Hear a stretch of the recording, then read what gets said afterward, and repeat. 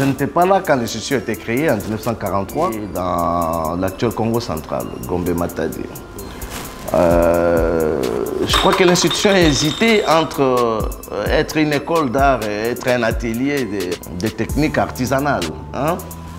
Donc, de ce point de vue-là, aujourd'hui, nous dispensons un enseignement universitaire. Donc, il y a eu un changement. Le plus grand capital, c'est l'homme. Parce que l'homme et les besoins de l'homme sont très dynamiques. On ne peut pas les quantifier. Donc, alors je me dis, avec le peu de moyens que nous avons, nous pouvons faire de grands changements. Alors, qui est justement votre plus grand partenaire dans ce domaine? Mais ce sont les parents des étudiants.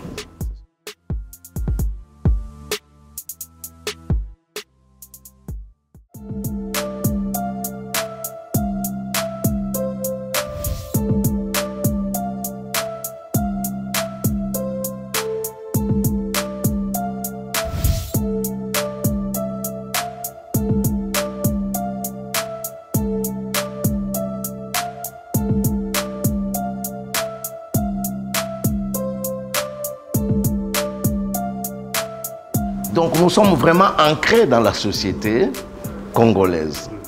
Et nous ne comptons pas nous arrêter là. 80% d'artistes congolais mondialement reconnus sont diplômés de l'Académie des Beaux-Arts. OK? Et tous les autres artistes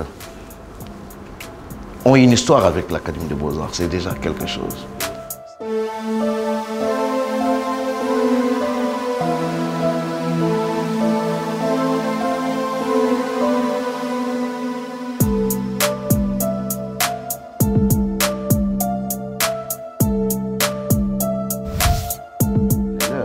Ici, nous avions des enseignants artistes.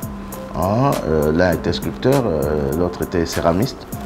Et les étudiants vont devoir leur rendre hommage à leur manière, à travers leur production de fin d'année. La créativité, c'est bien bon.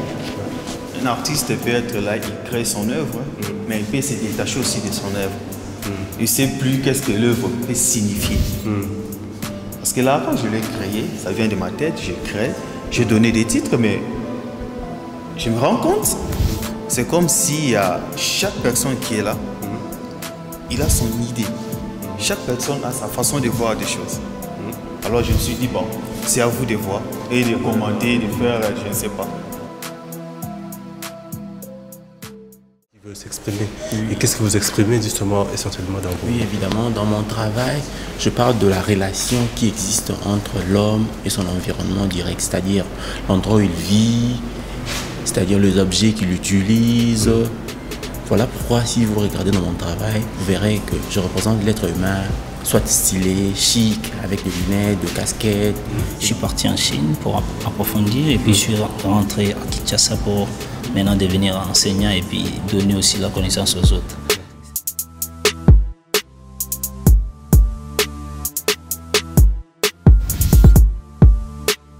Et représenter des éléments, deux temps, même chez un homme, disons, quelqu'un qui est assis, qui pensait d'abord ce qu'il va faire, et puis il marche, se lève pour aller faire son action.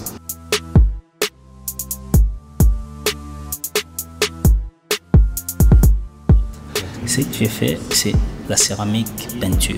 C'est comme ça qu'on les appelle. C'est-à-dire, j'ai peint sur une surface déjà émaillée. Parce que la céramique comprend beaucoup des étapes. Et pour dire que l'homme subit l'influence de son milieu, qui le pousse à changer, à se déformer.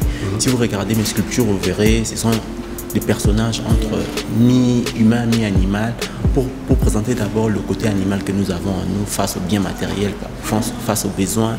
C'est un monsieur qui, aujourd'hui, beaucoup de gens ne maîtrisent pas très bien pourquoi il a été motivé à demander cette indépendance. Mais moi, je pense, comme nous le savons tous, un peuple doit toujours être libre chez lui. Et le monsieur a eu le courage de dire non à l'Occident, aux Belges, pour dire ça suffit, on s'arrête là et nous, on veut être libre chez nous.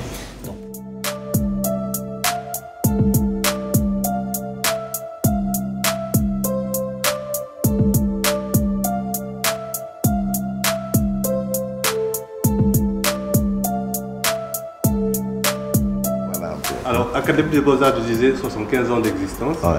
Mais l'art congolais en tant que tel a des siècles, voire même des millénaires, je veux dire. Vous avez évoqué tout à l'heure Terre Burel. Il y a la plupart justement de ces œuvres qui ont été fabriquées, modelées avant les 75 ans. En tant que directeur général de l'Académie aujourd'hui, avez-vous pensé au rapatriement de ces œuvres pour que ces œuvres soient exposées ici au Congo pour que la génération future puisse avoir au moins une idée de ce que les auteurs vont être confiés? On ne doit pas faire une confusion entre l'Académie des Beaux-Arts et le ministère de la Culture. Hein?